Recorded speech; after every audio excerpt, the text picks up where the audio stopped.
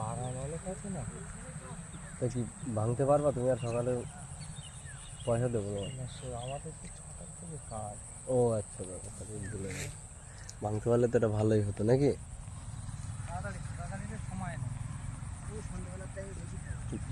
এখন তো আর সময়ও নেই যে টুকটা ভালোই বানাচ্ছি নাকি দাদা? দাড়িটা কিন্তু ভালোই লাগছে দেখো।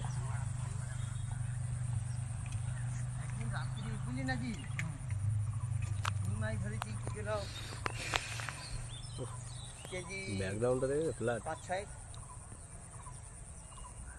জুম করে ফেলাটা।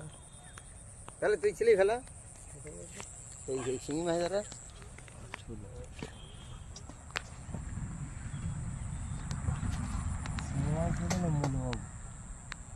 মূল ছিল তাই না?